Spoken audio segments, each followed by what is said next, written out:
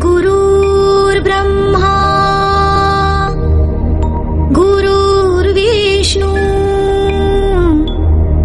गुरुर्देवो महेश्वरा गुरुर्साक्षात् परब्रह्मा तस्मै श्री गुरुवे नमः। गुरु शब्द गु और रू से मिलकर बना है। गु का अर्थ होता है अंधकार, अज्ञान। वहीं रू का अर्थ होता है दूर करना या हटाना। अर्थात गुरु वह है जो हमारे जीवन से अज्ञानता के अंधकार को दूर करते हैं और हमारे अंदर ज्ञान का प्रकाश फैलाते हैं। कहा जाता है कि महर्षि वेद व्यास का जन्म आषाढ़ पूर्णिमा के दिन ही हुआ था। वेद व्यास महर्षि पराशर और सत्यवती के पुत्र थे।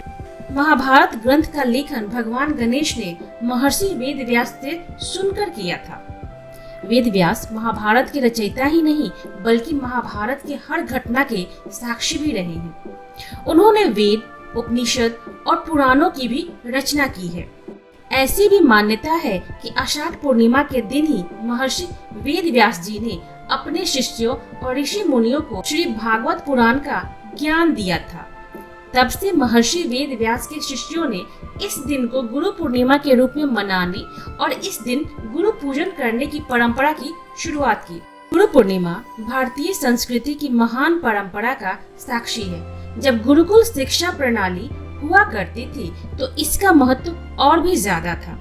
हमारे देश में महान गुरुओं का लंबा इतिहास रहा है, जिनकी ज्ञान की वजह से संसार को एक नई दिशा और दशा मिली है। वशिष्ठ मुनि त्रेता युग के महान संत और ऋषि थे। यह अयोध्या नरेश महाराजा दशरथ के भी गुरु थे और राजा दशरथ के पुत्र भगवान राम सहित लक्ष्मण, भरत और शत्रुघ्न के भी गुरु थे। इन्होंने भगवान राम को राजधर्म, योग, शास्त्र विद्या का ज्ञान देकर मर्यादा पुरुषोत्तम बनाया। भगवान परशुराम को भगवान विष्णु का छठा अवतार माना जाता है।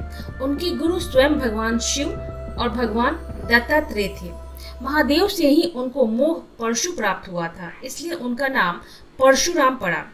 पितामह भीष्म, गुरु द्रोणाचार्य और दानवीर कर्ण उनके शिष्य थे।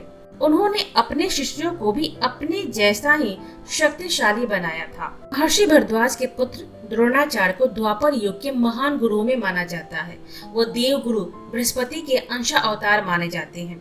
उन्होंने कौरवों और पांडवों समेत इस कुल के सभी राजकुमारों को दीक्षा दी थी और अस्त्र शस्त्र चलाने की विद्या का ज्ञान दिया था। एकलव्य ने द्रोणाचार्य को मानस गुरु मानकर उनसे शिक्षा प्राप्त की थी। ऋषि सांदीपनि भगवान कृष्ण, बलराम और सुदामा के गुरु थे।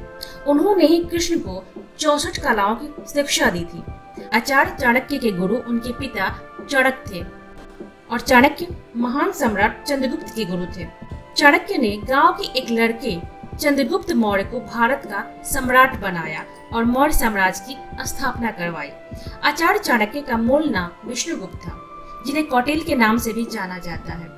उन्होंने तक्षशिला में शिक्षा प्राप्त की और वहीं आचार्य बनकर छात्रों को ज्ञान दिया।